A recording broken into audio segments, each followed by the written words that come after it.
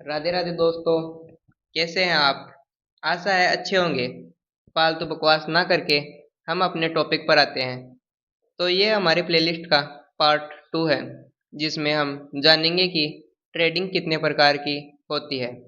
पहला, investing trading, जिसमें किसी स्टॉक के शेयर खरीदना होता है और जब हम अच्छा प्रॉफिट दिखता है तो बेचना होता है। इसे इक्विटी भी कहा जाता है। इसे हम चाहे तो एक दिन, एक महीना या उससे भी ज़्यादा 2-4 साल तक होल्ड कर सकते हैं। ये रिस्क फ्री ट्रेडिंग है। अब आते हैं दूसरे पॉइंट पर, जो है स्विंग ट्रेडिंग। इसमें हमें लो पॉइंट पर खरीदना होता है और हाई पॉइंट पर बेचना पड़ता है। यह मैं आपको चार्ट पर दिखाता हूँ।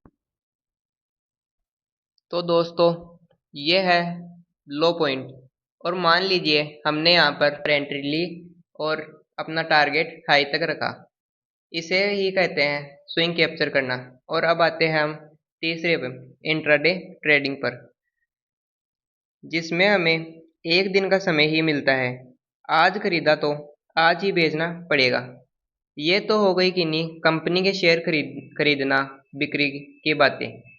अब बारी आती है इंडेक्स की। इंडिया में अभी 7 इंडेक्स हैं, लेकिन ज़्यादा काम 2 इंडेक्स में ही किया जाता है, निफ्टी और बैंक निफ्टी।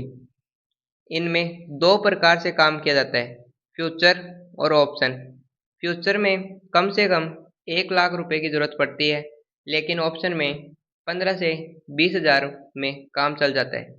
फ्यूचर 1 महीने के अंदर खरीद और बिक्री करनी होती है और ऑप्शन में 7 दिन का समय मिलता है। अगर इस समय में हमने नहीं बेचा तो हमारा पूरा पैसा जीरो हो जाएगा। वीडियो ज़्यादा लंबा ना हो, इसलिए बाकी बातें आने वाले पार्ट में मिल जाएगी। आपसे उम्मीद है आप लाइक, सब्सक्राइब, शेयर दबा के करेंगे, जिससे मुझे भी मोटिवेशन मिलेगा। मिलते हैं नेक्स्ट पार्ट में।